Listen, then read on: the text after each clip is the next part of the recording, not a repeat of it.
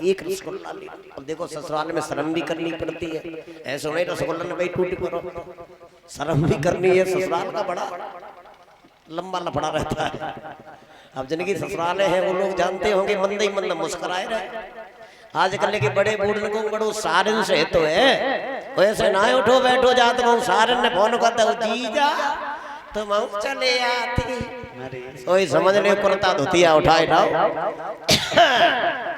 क्योंकि ये कुदरती प्राकृतिक प्यार होता है।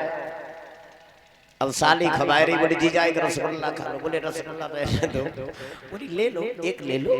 अब साली खवाए रही और रसगुल्ला खाओगे तो रसगुल्ला मीठे, और ये साली इतनी प्रेम से खवाए रही, बाड़ी को मिठास दद्दा रसगुल्ला जल लगे जैसे अमृत खाए रहो हुए।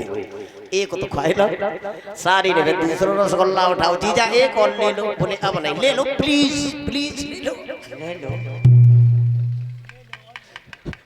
बेचारे दूसरा खा लिया।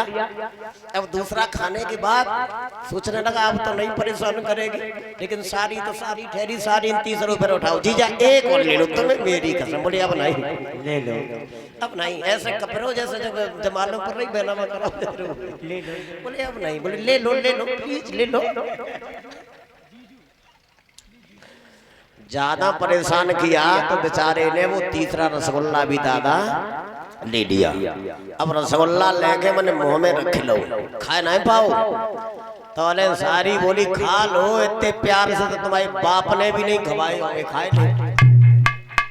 अब जो रसगुल्ला मीठा लग रहा था एकदम जहर, बेचारे को ना तो भीतर ही मुंह में रसगुल्ला जा रही है। सारी बोली खाए ले, इतने प्यार से तो बाप ने भी नहीं खवाए होंगे, खाए ले। इसका सीधा मतलब है कि मिठास रसगुल्ला में नहीं है, मिठास तुम्हारी बाड़ी में है। स्वाद भोजन में नहीं है, स्वाद तुम्हारी भावना में है। आज भी बड़ी बड़ी माताएं खाना बनाए, उनके हाथ को खाना देखो, फिर पढ़ी लिखने के हाथों को देखो। पहले इतने मसाले भी नहीं चलते थे। अंतर क्या है, पहले की माताएं भोजन बनाती थी तो ध्यान भोजन पर रहता था, न कि इधर उधर। अब रसोई में खाना बनाती जाती, मोबाइल कान से ब्लूटूथ चलो तो ब्लूटूथ कान फंस लेती है। रोटी बनाती जाती, आंसू ढलकाती जाती, पूरा घर में बीमार करता हूँ खुद वहीं सुबह। अब हस्बैंड कुछ कहते ही नहीं है, मेरे हस्बैंड नहीं हंस के बजते हैं बैंड भी नहीं कुछ कहेंगे। पहले पति देव हुआ करते थे। मेरा कहने का मतलब है आपकी भावना जब तक भोजन बनाते समय आपका ध्यान भगवान के चरणों में और अन्नपूर्णा के मंदिर पे होना चाहिए। अन्नपूर्णा का मंदिर घर घर में है, जिसपे अन्न पकाया जाता है, वो अन्नपूर्णा का मंदिर है। उस मंदिर की सुबह सफाई होती है। आज भी माताएं, बुजुर्ग माताएं रसोई में कभी न तो जूठा बर्तन रखते हैं, न चप्पल जूता पहन के प्रवेश करती हैं। जिस घर में ऐसा भोजन बनता है उसी घर की बुद्धि पवित्र है। और जहाँ आपके हाथ में ही है, माता हो चाहे सीता बन जाओ, भाई हो तुम चाहे राम बन जाओ, चाहे रावण बन जाओ, है तुम्हारी हाथ में। आदरणीय सुखदेव जी ने समझाया महाराज परिषद।